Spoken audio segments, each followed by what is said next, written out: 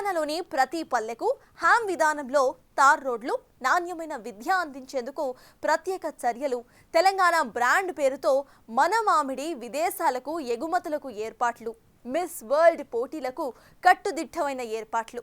ఇలాంటి నిర్ణయాలకు తెలంగాణ ప్రభుత్వం ఈ వారం యాక్షన్ ప్లాన్ను రెడీ చేసింది. ఆ డీటెయిల్స్ ఇప్పుడు చూద్దాం.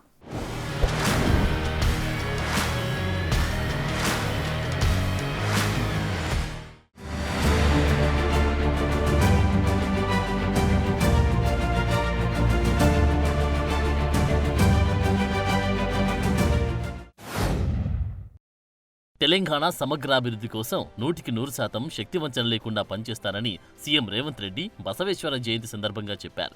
ఏప్రిల్ 30న రవీంద్ర భారతులు బసవేశ్వర జయంతి కార్యక్రమంలో పాల్గొన్నారు. ఈ సందర్భంగా తమ ప్రభుత్వం చేపట్టిన కార్యక్రమాలు వివరించారు. దేశంలోనే తొలి రాష్ట్రంగా తెలంగాణలో బీసీ కులగణన చేశామని, ఎస్సీ వర్గీకరణ పూర్తి చేశామన్నారు. నిరుపేదలకు సన్నబియ్యం, ఆడబిడ్డలకు ఉచిత బస్ సౌకర్యం, పేదవారికి ఇందిరమ్మ ఇండ్లు, 200 యూనిట్ల వరకు ఉచిత కరెంట్, 500కే సిలిండర్ అందివ్వడంతో పాటు 60,000 ప్రభుత్వ ఉద్యోగాలు ఇచ్చామన్న విషయాన్ని గుర్తు చేశారు. అంతేకాదు రాష్ట్రానికి 2.5 లక్షల కోట్ల పెట్టుబడులు తెచ్చామని వివరించారు. హైదరాబాద్ సిటీ విస్తరణకు అవసరమైన అభివృద్ధి కార్యక్రమాలు చేపడుతున్నామని చెప్పారు. మాట ఇస్తే 100% అమలు చేస్తామన్నారు. అదే వేదికపై 10వ తరగతి ఫలితాలు రిలీజ్ చేసిన సీఎం రేవంత్ ప్రతి ఒక్కరికి నాణ్యమైన విద్యను అందించాలన్న లక్ష్యంతో ప్రజాప్రభుత్వం పనిచేస్తుందన్నారు. ప్రభుత్వ పాఠశాలలు, ముఖ్యంగా రెసిడెన్షియల్ స్కూళ్లు ప్రైవేట్ సంస్థల కన్నా మెరుగైన ఫలితాలు సాధించడం పట్ల సిబ్బందిని, అధ్యాపకులను, విద్యార్థులను సీఎం రేవంత్ అభినందించారు. ప్రైవేట్ కన్నా ప్రభుత్వ స్కూళ్లు మెరుగైన రిజల్ట్స్ సాధించడం పట్ల ప్రజాప్రభుత్వం పనితీరుకు గీటురాయి అన్నారు.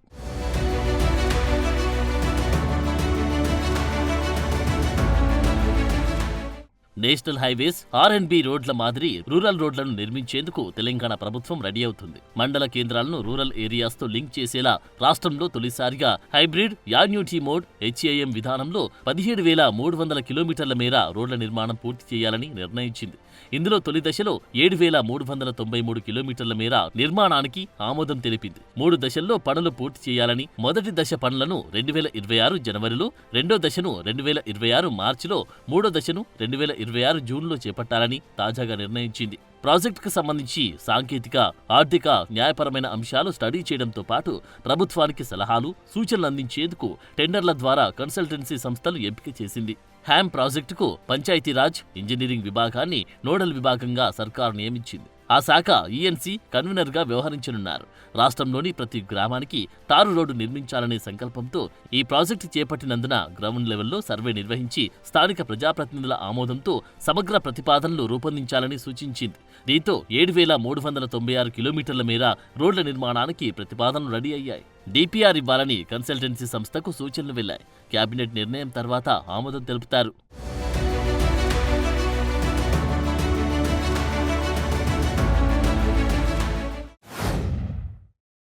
మిస్ వరల్డ్ 2025 పోటీలకు సంబంధించిన ఏర్పాట్లపై ఏప్రిల్ 29న సీఎం రేవంత్ రెడ్డి సమీక్ష నిర్వహించారు. ఇందుకోసం కట్టుదిట్టమైన ఏర్పాట్లు చేయాలన్నారు. మే 10వ తేదీ నుంచి ప్రారంభం కానున్న మిస్ వరల్డ్ 2025 ఏర్పాట్లపై సీఎం సూచనలు చేశారు. ఇందుకు సంబంధించి ఇప్పటికే చేపట్టిన చర్యలను అధికారులు ముఖ్యమంత్రికి వివరించారు. ఈ కార్యక్రమంలో పాల్గొనే అతిథులకు ఎలాంటి అసౌకర్యం కలగకుండా చర్యలు తీసుకోవాలన్నారు. అతిథుల కోసం ఎయిర్పోర్ట్, వారు బస చేసే హోటళ్లు, కార్యక్రమాలు నిర్వహించే ప్రాంతంలో టైట్ సెక్యూరిటీ పెట్టాలని సీఎం పోలీసులకు సూచించారు. నగరంలో పెండింగ్లో ఉన్న బ్యూటిఫికేషన్ పనులను త్వరగా పూర్తి చేయాలన్నారు.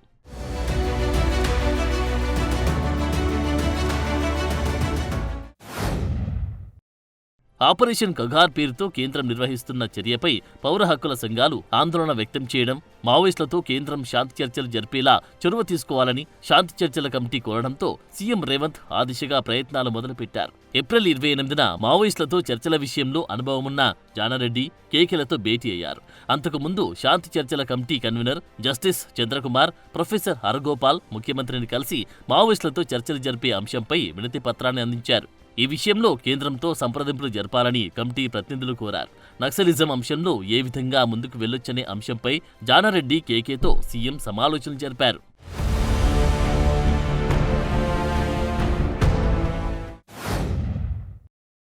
రాష్ట్రంలో ఉత్పత్తి అయ్యే మామిడి పండ్లను ప్రాసెస్ చేసి తెలంగాణ బ్రాండ్ పేరిట రైతుల ద్వారానే విదేశాలకు ఎగుమతి చేసేందుకు అవసరమైన మౌలిక సదుపాయాలు కల్పించాలని రాష్ట్ర ప్రభుత్వం నిర్ణయించింది. ఇందుకోసం ఉద్యాన శాఖ 35 కోట్లతో ప్రతిపాదనలు రూపొందించింది. తెలంగాణ మామిడికి విదేశాల్లో ఆదరణ లభిస్తుంది.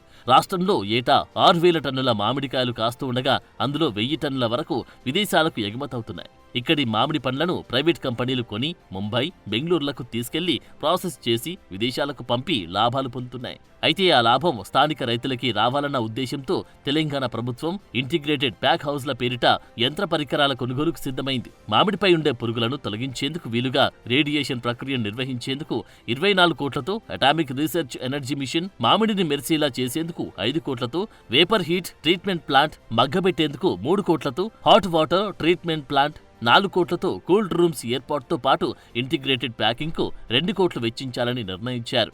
ఇంటిగ్రేటెడ్ ప్యాక్ హౌస్ల కింద బాటసింగారం, పండ్ల మార్కెట్తో పాటు పలు చోట్ల మౌలిక వసతుల కేంద్రాలను ఏర్పాటు చేస్తారు. కోహెడలో ఇంటర్నేషనల్ ఫ్రూట్ మార్కెట్ ప్రారంభమయ్యాక అక్కడ 10కి పైగా ప్యాక్ హౌస్లను ప్రారంభించాలని ఉద్యాన శాఖ భావిస్తోంది.